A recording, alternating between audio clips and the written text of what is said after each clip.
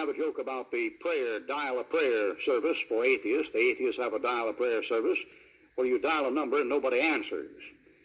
They also have one about an atheist who was lying in the coffin. One of his buddies came by and looked at him and said, "Poor old Bill, there he is all dressed up and nowhere to go."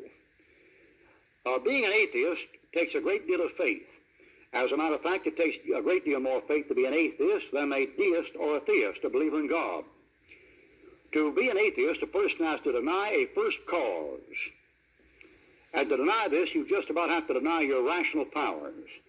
Anybody who knows about the laws of thermodynamics, and in particular the second law, the law of entropy, knows that if the universe had been here more than 4 billion years, it would have run down and wasted out and burned out by now. How much more if it had been here forever without a first cause? If the universe had been here for, say, more than 100 billion years, it would have burnt out at least 50 billion years ago by the law of breakdown.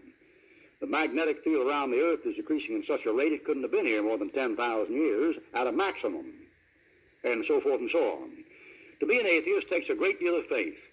Now, we realize in these broadcasts that in a country where freedom of religion is allowed, a man can be called religious who is an atheist, and he has the freedom to express his views, which is perfectly all right with us. We could care less. If a man wants to exhibit his ignorance, that's his business. If you want to display your stupidity, you're free to do it. However, you're not free to demand a respectful hearing from those of us who have some sense. In other words, in America, we need to distinguish between liberty and license. Now, we'll grant any man has a liberty to be an atheist if he wants to be. If you want to go to hell, that's your business. And if you want us interfering with your business, turn off the radio. That's your liberty. You can turn the knob to the right or the left. That's your business.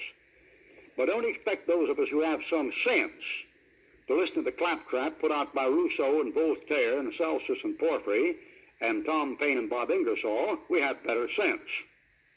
The Bible begins with God.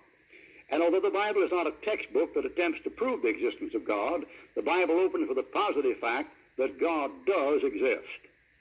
Then the first proof of the existence of God is what we call the scriptural proof. There are other proofs which we shall discuss, the proof from nature, the proof from conscience, the argument from cause, the argument from design, and the moral argument.